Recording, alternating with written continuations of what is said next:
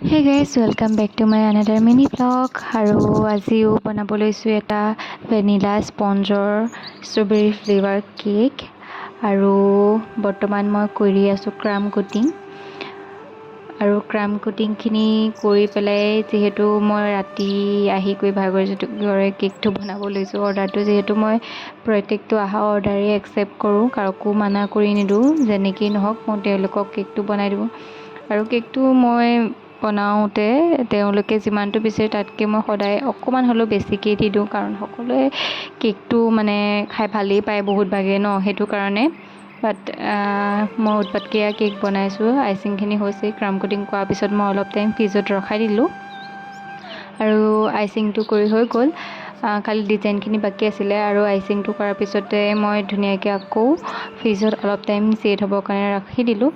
তাৰপিছত এয়া জেল দি পেলাই ধুনীয়াকৈ ওপৰত সৰু সুৰাকৈ অলপ ডিজাইন বনাই কৰি দিছোঁ আৰু এনেকৈ ছাইডত ড্ৰপ দি দিছোঁ অলপ অলপকৈ। তাৰপিছতে বনাইছোঁ মই ফ্লাৱাৰ্ছবোৰ আৰু মানে এই কেকটো গোটেইটো এটা তেওঁলোকে থিম লৈ পেলাই বনাবলৈ দিছিলে আৰু সেইটো কাৰণে তেনেকৈয়ে বনাইছোঁ। এয়া ধুনীয়াকৈ বনাইছোঁ ফ্লাৱাৰ্ছবোৰ, আৰু ফ্লাৱাৰ্ছবোৰো মই অকণমান আইডিয়া কৰি পেলাই ইউটিউবতে ভিডিঅ' এটা চাই কৰি পেলাই মানে তাৰ পৰা নিজেও অলপ মাথা মাৰি কৰি দুইটা মিক্স কৰি পেলাই এইটো বনাই দিলোঁ।